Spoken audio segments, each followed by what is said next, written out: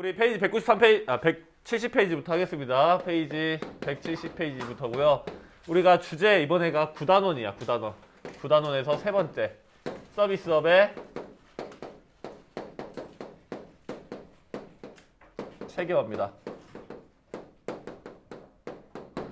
자, 우리가 지금 배우고 있는 게 뭐야?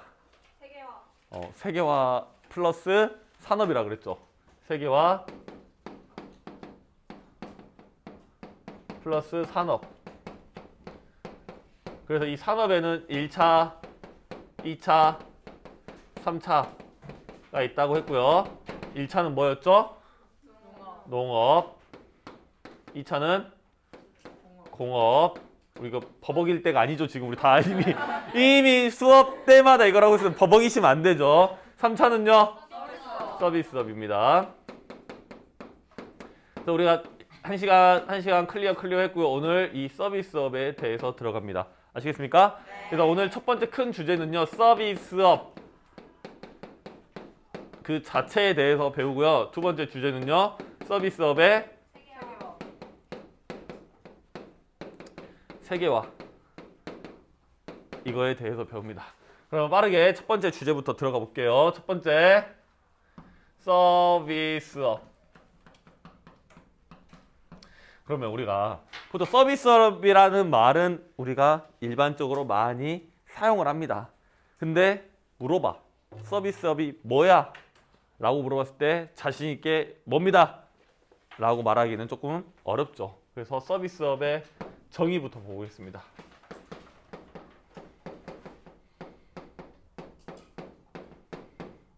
혹시 내가 서비스업이란 이거에 대해서 자신 있게 대답을 할 수가 있다. 방금 봐서 고개를 확 돌려버리는 거. 서비스업이란 말할 수 있다.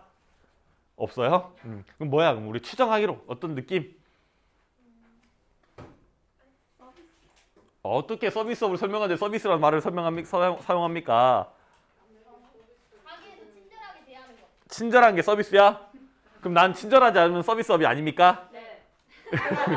나 서비스맨이라며 여러분들이. 만질 수 없는. 만질 수 없는 거 그렇죠. 무형의 것 그렇죠. 무형의 것. 무형의 형태가 없는 용역 제공하는 것. 용역 우리 영화 같은 데 보면 이제 용역이라고 하면 용역 무형의 용역을 제공하는 것. 그래서 영화 같은 데 보면 여러분들 이제 그 조폭들이 많이 나오고 막 뭔가 철거하는 장면이 많이 나오는데 용역은 일이라고 생각하시면 돼요. 일. 즉 무형의 일을 제공하는 것을 우리는 서비스업이라고 부릅니다. 또는 비물질적인 생산물을 제공하는 것. 즉 물질적이지 않고요. 무형의 것이 핵심입니다. 그러니까 나도 여러분들에게 지금 뭘 제공하고 있어? 서비스. 어떤 서비스? 교육 서비스를 제공하고 있잖아. 그죠? 교육 서비스 안에서도 사회를 가르치고 있는, 즉 여러분들에게 사회 교육을 하고 있는 서비스를 제공하고 있단 말이야. 이해되십니까? 네. 두 번째로 가시면 이제 서비스업의 특징이 있습니다. 서비스업의 특징.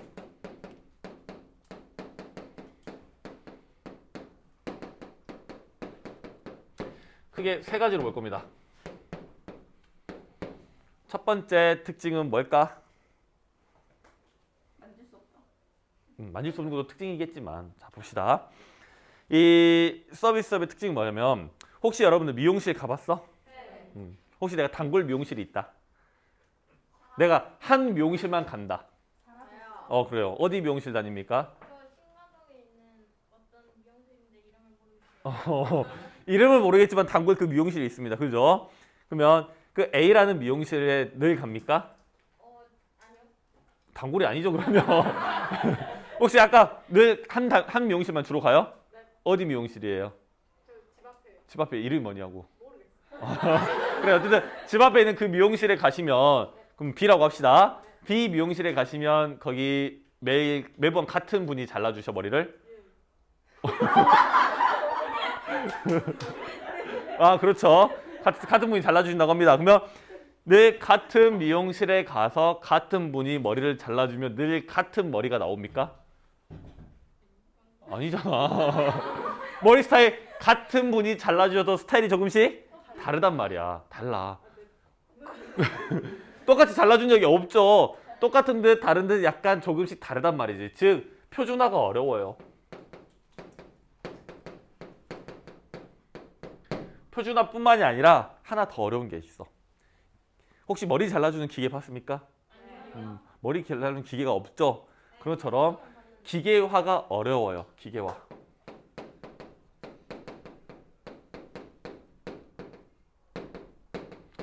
표준화와 기계화가 어렵습니다. 즉 우리가 늘 같은 미용실에 가서 같은 분이 잘라주셔도 머리가 조금씩 다르고요.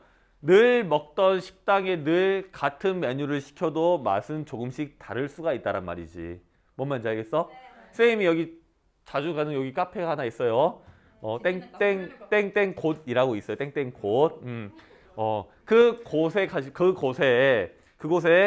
가서 매일 똑같은 아메리카노를 마셔도 맛이 조금씩 달랐단 말이야. 그런 것처럼 표준화가 어려워요. 그리고 머리 잘라주는 기계, 커피 타주는 기계는 있군요. 머리 잘라주는 기계 이런 게 없는 것처럼 기계화가 어렵단 말이야. 이해되셔요? 네. 그러다 보니 이 두 번째 특징이 나타납니다. 기계가 대신할 수가 없어. 사람을 써야만 해. 제조업이나 이런 거에 비해서 사람들 더 많이 필요로 하는 거지. 즉 고용 창출 효과가 크다라는 겁니다.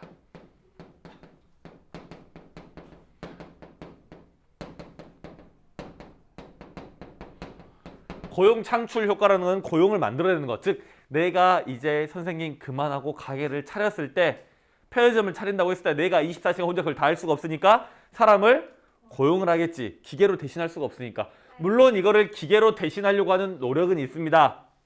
요즘 카페 같은 데 가시면 키오스크라 불리는 기계가 주문을 받죠. 또는 여러분들 좀 큰 식당 가면 1번 테이블 음식 나왔습니다 하고 딱 이러고 기다리고 있잖아. 서빙해주는 기계 이런 것들처럼 기계화하려고 하는 노력은 있지만 모든 게 다 기계화되기는 어렵습니다. 그리고 표준화하려고 하는 노력도 있습니다. 여러분들 프랜차이즈라 불리는 이제 이런 체인점을 가시면 뭘 만들어 놓습니까? 매뉴얼을 만들어 놓죠. 매뉴얼에 따라서 인사 방법 또는 이제 손님이 나갈 때 인사하는 방법 이런 것들에 따라서 매뉴얼을 만들어 놓고 표준화하려고 하지만 완전히 표준화가 됩니까? 안 되죠. 어렵습니다. 그래서 표준화와 기계가 어렵고요. 고용 창출 효과가 크다라는 게 서비스업의 특징입니다. 물론 고용 창출 효과가 크다라는 게 그 창출된 일자리가 좋은 일자리냐 하는 것은 별개의 문제야.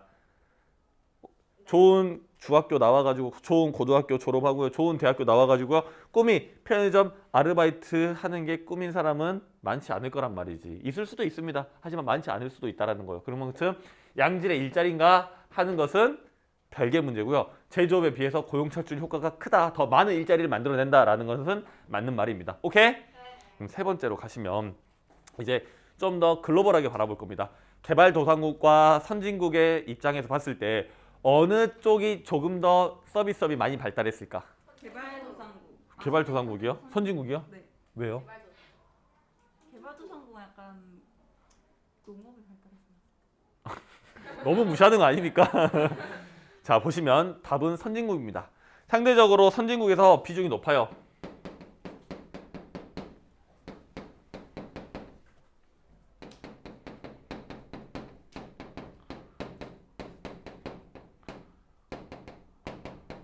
상대적 비중. 어디랑 비교해서?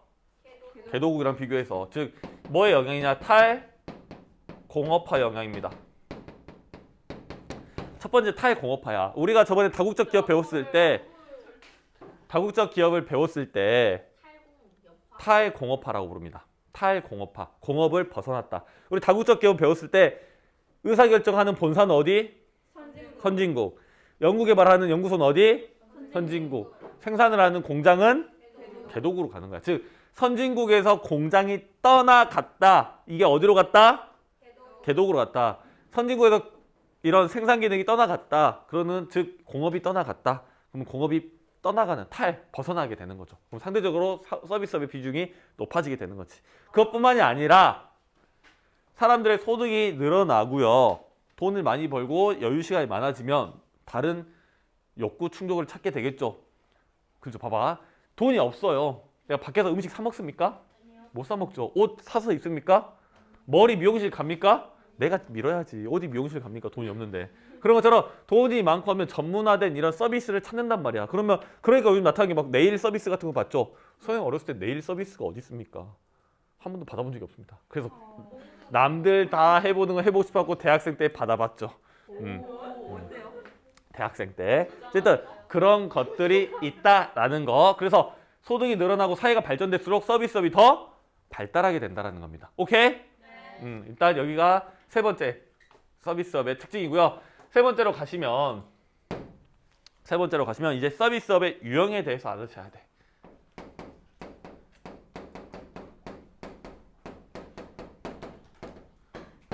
일단 서비스업의 유형은요, 크게 두 가지로 나눕니다. 소비자에게 제공하는 소비자 서비스업, 생산자에게 생산하는 과정에서 제공되는 생산자 서비스업으로 구분이 돼요.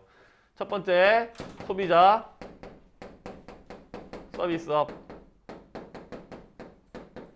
두 번째, 생산자 서비스업. 아까 이것의 의미는 어떻다고? 소비자에게 제공하는 서비스업.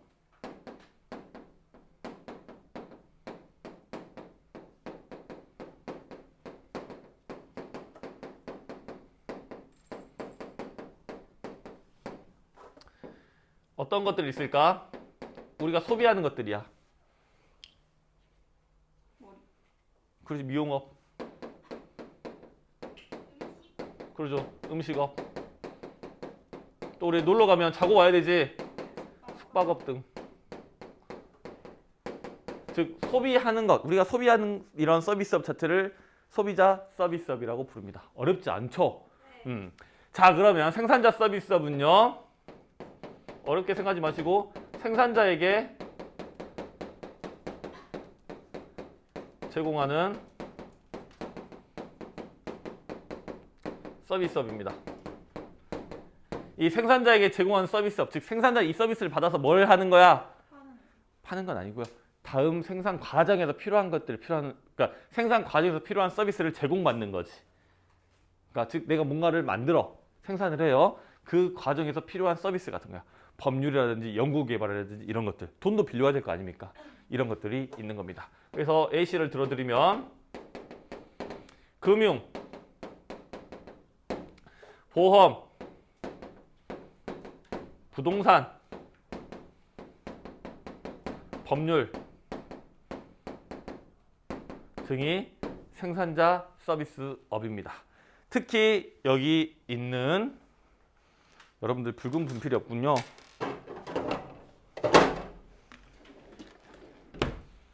여기에 있는 금융, 보험, 부동산 이걸 엮어가지고 파이어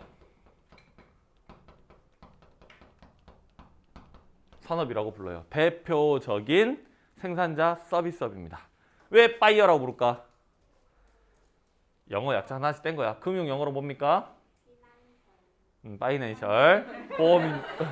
보험은요? 보험. 인슈런스. 부동산은요? 리얼 이스테이트. 즉 이걸 약자로 해가지고 파이낸셜 인슈런스 리얼 이스테이트 해가지고 금융, 보험, 부동산 산업을 우린 대표적인 생산자 서비스업으로 봅니다. 즉 생산자에게 생산을 할 수 있도록 제공되는 서비스야. 뭔가 물건을 만들고 생산하려면 돈을 빌려와야겠죠. 그 제품에 보험도 들어야겠죠. 또 땅도 필요하겠죠. 이런 것들이 이 파이어 산업의 애시다. 생산자 서비스업이다 라는 겁니다. 잘 따라오고 계십니까? 네. 네 번째 서비스업의 입지입니다. 우리 예전에 도시 배웠을 때 생각하시면 돼요. 도심으로 집중하려고 하는 걸 뭐라 그랬지? 힘들어, 빨리 말해줘. 그렇지, 집심. 도시로 집중하려고 한다. 벗어나려고 하는 애들은 그렇지, 이심현상이라고 불렀습니다. 그런 것처럼 이 서비스업에서 입지도 공간적으로 분산하려고 하는 친구들과 공간적으로 집중하려고 하려고 하는 아이들이 있어요. 즉 서로 좀 멀어져, 우리 좀 거리 좀 두자라고 하는 친구들과 우리는 뭉치자, 우리는 함께 있어야 돼라고 하는 친구들이 몇 가지 특징이 있단 말이야. 일단 서로 거리를 둬야 된다는 애들은 어떤 애들일까? 돈이 없어요. 봐봐. 우리 예전에 배웠던 중심지 이론 기억하시죠? 최소 요구치를 지켜줘야 되는 거. 즉, 봐봐. 선생님이 이제 방학 때 선생님 집에 밥통이 없다 했잖아. 밥통이 없어. 밥이 없단 말이야. 그러니까 방학 때는 정말 힘든 시기를 보내야 돼요. 오늘 하루를 뭘 먹고 보내야 될까? 이런 시기. 그 와중에 선생님이 일주일에 최소 한두 번, 많으면 3번 정도 가는 국밥집이 있습니다. A라고 합시다. A라는 국밥집이 있어요. 근데 그 곳에서 약 1분 되는 거리에, 걸어서 1분 정도 되는 거리에 새로운 국밥집이 하나 생겼어. 근데 그 A 국밥집이 엄청 맛집이에요. 맛집. 장사도 잘 돼. 근데 처음에 그 B 국밥집이 생겼을 때 나는 무슨 생각을 했을까? 무슨 자신감으로 여기다가 장사를 시작하지? 이 A 앞에? 라고 하면서 B를 가봤죠. 맛있어. 맛있어. 이제 A보다 B를 더 자주 가는 상황이 발생했단 말이야. 근데 또 시간이 좀 지나니까 B 바로 맞은편에 C라는 국밥집이 생겼어. 이거 완전 뭐야? 삼각다리야. 그러면 이 셋 중에 하나는 누군가가 망해야 될 거야. 우리가 가는 손님 수는 제한되어 있는데, 즉 A는 벌써 나라는 손님을 B에 뺏겼잖아. 그렇죠. 우리는 한계가 있는데 서로 이렇게 뭉쳐 있다 보면 다 죽어. 다 죽는 거야. 그래서 이렇게 음식점 같은 거 서로 간에 거리를 둬야 되죠. 그거 봅시다. 그리고 내가 만약에 교사를 그만두고요. 여기 학교 앞에다가 편의점을 하나 차렸습니다. CU를 하나 차렸어요. 근데 그 옆에 갑자기 GS25 바로 옆에 딱 들어오는 거야. 이러면 돼, 안 돼? 안 되지. 그럼 뭐 하는 거야? 다 죽어. 그죠? 그것도 다 죽는 거야. 이렇게 서로 어느 정도 거리를 둬야 되는 이런 소매업들. 이런 것들은 서로 어느 정도의 거리를, 즉 최소 요구치를 지킬 수 있도록 어느 정도의 거리를 살짝 두고 떨어져 있어야 된다는 거지. 이해되시죠? 여기까지 잘 따라오고 계시죠? 근데 집중하려고 하는 애들이 있어요. 뭐죠? 자, 봐봐. 여러분 혹시 살면서 아픈 적 있나? 네. 병원 가봤나? 네. 혹시 수환증으로 병원 가본 사람? 어디 가봤어요? 안과. 무슨 안과요? 수학과. 무슨 안과? 센텀 이비인후과. 또? 센텀 이비인후과 또? 센텀 이비인후과. 또? 소아과. 또? 그래요. 어쨌든 여러분들 가는 병원들 다들 그런데 그런 병원 가면 딱 건물 빌딩 있잖아. 딱 올라가면 보통 2층, 4층, 6층 정도의 병원이 있죠, 여러분들. 그러면 그 빌딩에 그 병원 하나만 있어? 아니요. 2층에, 3층에, 4층에 다른 병원들이 우르르 모여 있죠. 내과, 정형외과, 피부과, 이비인후과 이런 거 주로 있고요. 1층에 뭐가 있어? 약국이 있어. 이런 것처럼 병원. 이런 것들은 서로 과가 다른 것들은 서로 집중하려고 하는 경향이 좀 있고요. 학원도 비슷합니다. 영어학원, 수학학원, 과학학원 이런 게 쭉 한 번에 해결하는 경향이 좀 있죠. 학원. 근데 이런 작은 거 말고 산업 자체가 뭉치려고 하는 애들이 있어요. 산업 자체가. 대표적인 게 뭐냐면 영화 산업입니다. 이 영화 산업을 이야기하는 이유는 뭐냐면 우리나라에서는 이게 크게 나타나진 않아요. 충무로 같은 데서 나타나는데 이 맥락을 살펴보면 이게 교과서에 나온 맥락이 뭐냐면 미국의 할리우드 있잖아. 할리우드를 연구한 것들 논문들이 좀 있어요. 그 논문 기반으로 이제 연구가 되고 이 교과서까지 나오게 되는 거야. 우리는 이게 조금 느끼기는 어렵죠. 근데 일단 한번 느껴보시면 우리나라 충무로 미국의 할리우드처럼 영화 산업은 다 모여 있어요. 영화를 제작하는 사람들, 그 다음에 영화의 뒤에서 이제 뭐 캐스팅하는 회사들 이런 것들이 하나의 공간에 다 모여 있단 말이야. 왜냐? 서로 간에 커뮤니케이션이 쉽게 잘 돼야 되기 때문에. 영화 산업이 여러분들 영화관 아니야. CGV 옆에 메가박스 있다 생각하시면 안 돼. 그럼 다 죽어. 영화 제작이야. 이거 알았지? 영화 제작하는 거 서로 뭉쳐 있어야 되지. 그래 연예인도 빨리 찾을 수 있고요. 캐스팅도 할 수 있고요. 그 다음에 돈도 쉽게 투자 받을 수 있고요. 어렵지 않죠? 그 다음에 금융사들도 서로의 정보 교환 이런 것들을 위해서 모이려고 하는 영향이 조금 큽니다. 오케이? 이렇게 하시면 서비스업 1번이 끝이고요. 네. 금융입니다. 두 번째로 가겠습니다. 두 번째로는 아까 주제 뭐라고? 서비스업의 세계화.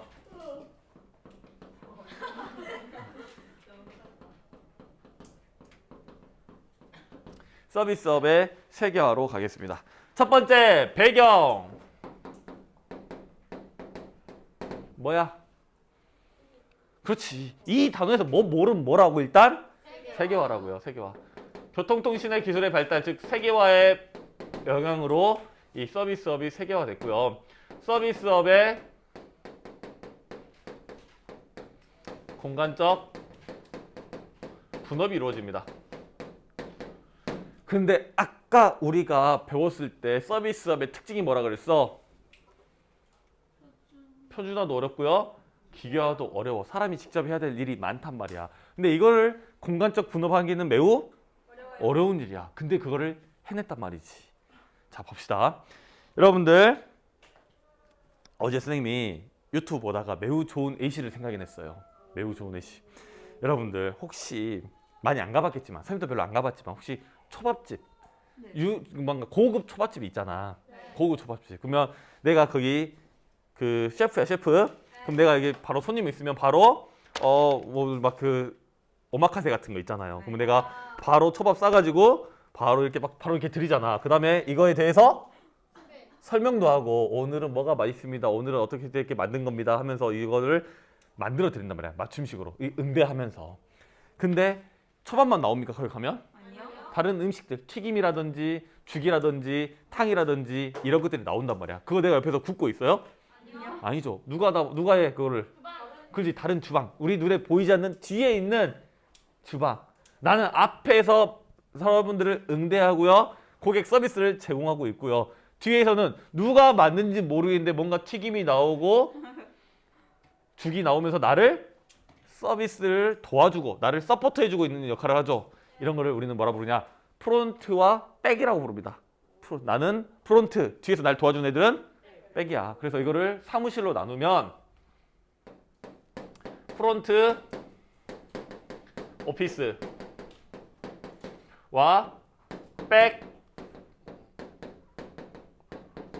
오피스라고 부릅니다. 프론트 오피스와 백 오피스. 뭐가 더 중요하겠니? 프론트. 그렇지. 아까 내가 여러분들 그 오마카세 보면 이런 셰프, 유명한 셰프가 싸주는 초밥을 먹으려고 가는 거지. 백 주방에서 나오는 죽이라든지 튀김이라든지 그걸 먹으러 가는 건 아니잖아. 누가 만드는지도 모르잖아. 그죠? 그런 것처럼 프론트가 훨씬 더 중요합니다. 그래서 이 프론트 오피스의 업무가 뭐냐 하면 대면 업무야. 고객을 직접 응대하고 만나서 하는 업무를 한단 말이지. 이 친구들을 여러분들이 사장님이라면 어디다 둬야 될 것 같아? 앞을. 입지라는 거 위치야, 위치. 위에. 대도시. 대도시에 둬야죠. 고객들이 시골까지 오겠습니까? 아니요. 그럼 이런 고급 인력들이 시골로 오겠습니까? 안 온다는 거예요. 대도시. 국가로 치면 서울. 선진국. 언제부터 서울이 다른 나라가 됐는지 모르겠습니다. 백오피스는요, 업무가 뭐냐 하면요, 비대면 업무. 비대면 지원 업무입니다. 도와준다. 눈을 직접 보지 않고 도와주는 업무랍니다. 이 친구는 어디다 두면 돼? 부엌에. 중소도시 또는 개도국. 이 개도국은 또 어디로 가는 거야 그러면? 필리핀, 인도. 어떤 거냐면 대표적인 A씨가 콜센터예요. 콜센터. 전화 받는 업무들. 중요합니까? 아니요. 물론 중요한 업무지만 요 업무들보단 훨씬 더 덜 중요하게 여겨주고요. 돈은요? 저거요. 적게 줘도 되는 거지. 그러니까 영어를 할 줄 아는 필리핀, 인도 같은 데 보내고요.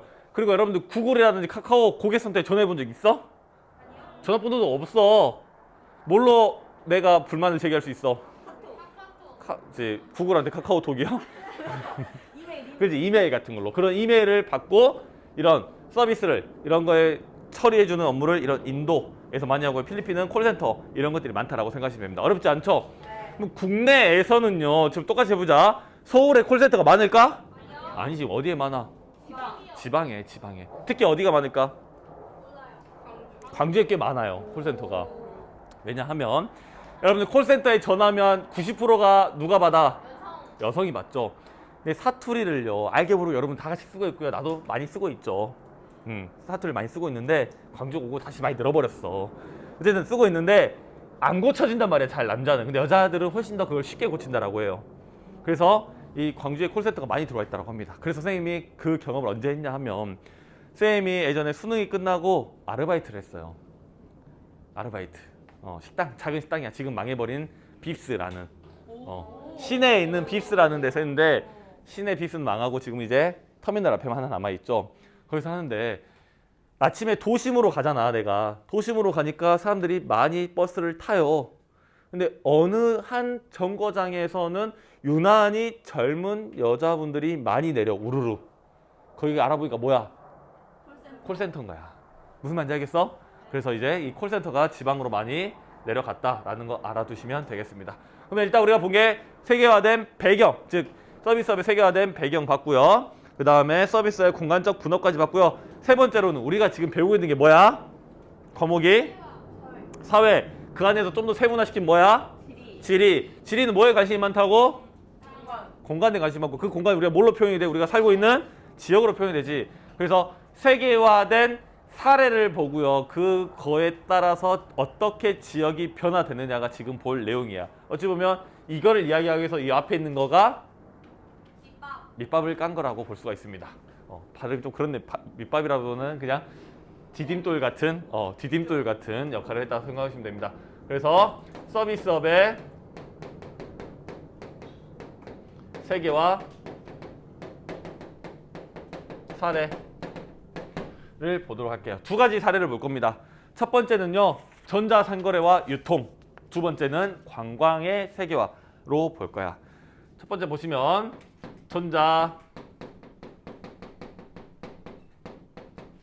전자상거래와 유통의 세계화.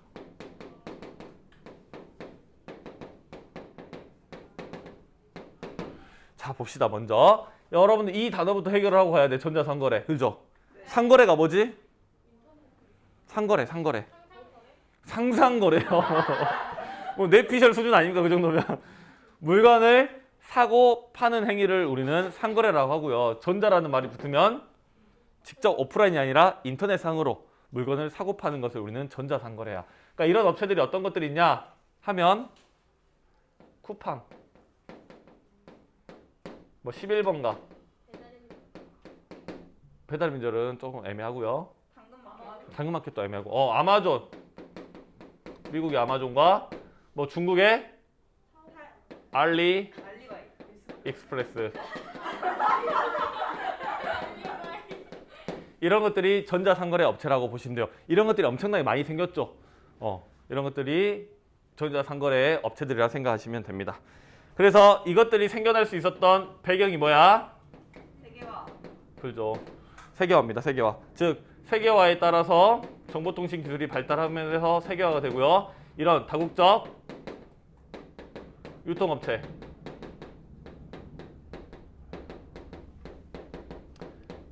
유통업체가 성장을 하게 됩니다. 이런 유통업체가 성장을 하게 되면 필연적으로 뭐가 따라와야 되느냐? 봐봐. 내가 쿠팡에서 어제 물건을 샀다 칩시다. 아이고 쿠팡님 제가 물건 받으러 가겠습니다. 이럽니까? 뭐 어떻게? 택배 기사님이 그지 쿠팡이 갖다 주잖아. 네. 쿠팡이 갖다 줘. 즉 유통업체 어떤 것이 발달하냐? 물류, 택배 산업이 발달해요. 이 물류가 발달하려면 필연적으로 뭐가 필요하냐? 물류 센터가 필요합니다. 그래서 우리가 옛날에 배웠던 HUB, 허브 같은 것이 발달하게 되죠. 이것들 어디에 주로 발달할까? 대도시? 비싸잖아, 땅값이 대도시는. 대도시랑 붙어 있는데 주변 지역. 광주 같으면 어디? 장성에 발달합니다. 나주는 광주보다 밑이니까 서울 쪽에서 수도권에서 내려올 때 불리하잖아. 내려갔다 다시 턴해서 올라와야 되잖아. 근데 장성은 좀 더 위란 말이죠. 특히 고속도로가 지나가고 거기가 다른 고속도로가 연결되는 지점이에요. 그래서 장성에 여러분들 택배 터미널과 쿠팡 물류센터가 있습니다. 여러분들 나중에 혹시라도 택배 상하차 아르바이트를 가게 되면 장성에 가시게 될 겁니다. 거기서. 선생님 친구가 한번 가고 새벽 3시에 전화가 왔어요. 살려줘.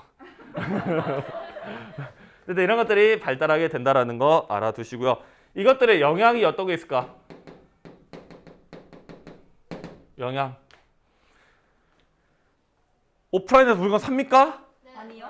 그렇지. 물론 오히려 소매점, 작은 편의점 같이 프리미엄, 나름 편한 것들 프리미엄식으로 해서 파는 것들은 남아나지만 가격 경쟁에서 이길 수 없는 것들은 다 무너지고 있죠. 무너지고 있습니다. 그래서 오프라인에서 온라인으로 변하게 되면서 이런 택배, 물류 이런 것들은 발달하게 됐지만 작은 소매 업체들은 다 쇠퇴하게 됐던 거지. 특히 위험한 게 뭐냐면 편의점은 안 망할 겁니다. 왜냐면 소매하면서 좀 더 비싸게 팔잖아요. 롯데마트, 홈플러스, 큰 하나로마트 같은 것도 버틸 겁니다. 가격 경쟁이 어느 정도 버틸 수 있으니까. 그 사이에 있는 S모마트, T모마트, Y모마트 이런 데가 제일 위험하게 되는 거지. 왜냐? 가격 경쟁력이 없잖아. 물류가 발달하면서 바로 다음날 갖다 줘 버리잖아. 그런 것처럼 그런 오프라인 업체들이 쇠퇴하는 결과들을 가지고 올 수 있다는 게 이 영향입니다. 오케이? 그러면 마지막으로 이제 영화 산업만 보면 끝이 아니 관광 산업만 보면 끝입니다.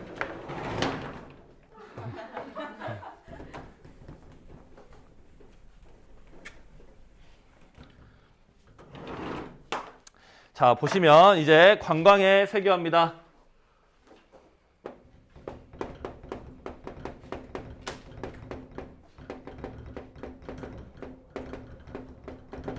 관광의 세계화는요. 첫 번째 배경. 세계화가 되죠. 교통통신 기술이 발달하면서 관광 정보가 획득이 늘어납니다. 근데 안다고 내가 다 갈 수 있습니까? 아니요. 아니죠. 뭐가 필요해 이제? 그렇지. 소득과 여가 시간 증가하면서 실제 관광으로 이루어지게 되는 경우가 많지. 이거는 어느 나라에 주로 해당하는 사람들이야? 선진국 사람들에게 많이 해당하는 나라죠. 해당하는 이야기죠. 그러다 보니 국내에서 해외여행의 수요가 많이 늘어났다. 이것이 관광의 세계화 배경입니다. 두 번째로 관광의 유형을 한번 말씀드리겠습니다.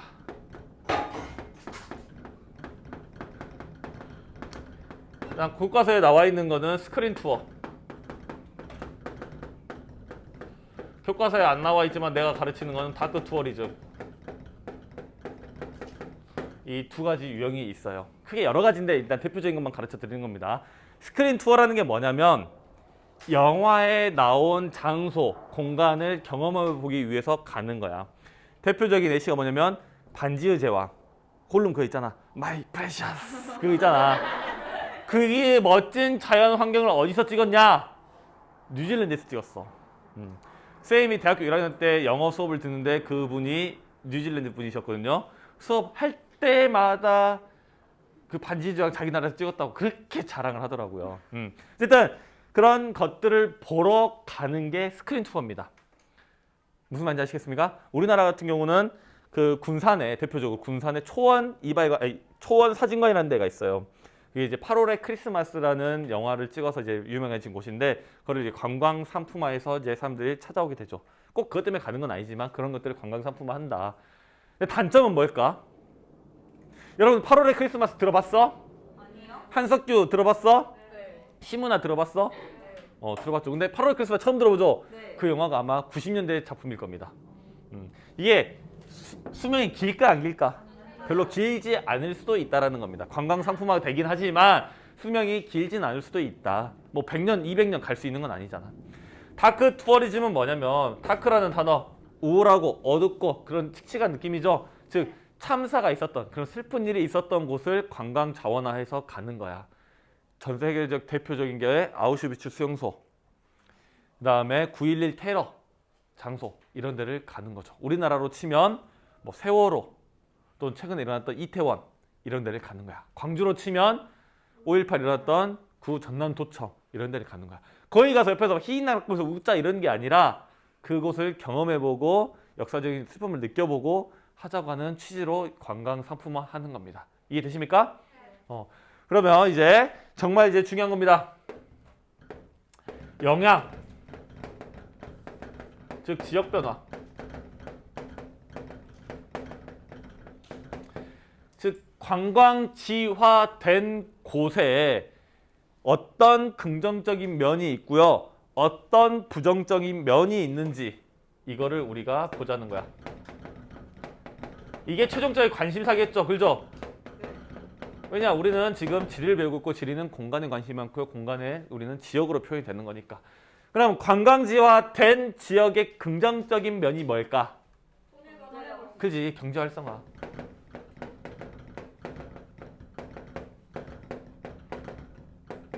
사람이 오면 곧 뭐야? 돈이야. 이 사람들 그냥 와서 가진 않을 거 아니야. 와서 밥이라도 먹고 잠이라도 자고 뭐 커피라도 사 먹을 거야. 그러니까 사람이 오면 곧 돈이야. 돈. 그 다음에 지역 홍보가 되겠죠. 즉 지역 홍보가 되고요. 지역 홍보가 되면 또 경제 활성화 되고요. 이런 순환 구조가 가지게 되겠죠. 여러분들이 배웠던 뭐 I love 뉴욕, 오메 광주, LO 시티, 그다음 I 서울유 이런 게 지역 브랜드 그런 것도 지역 홍보를 하기 위한 수단이었고요. 잠깐 여러분들이 배웠던 거 체크해보고 갑니다. 부정적인 면은 뭘까? 그지. 일단 환경 파괴. 환경 파괴 플러스 고유 문화가 세트돼.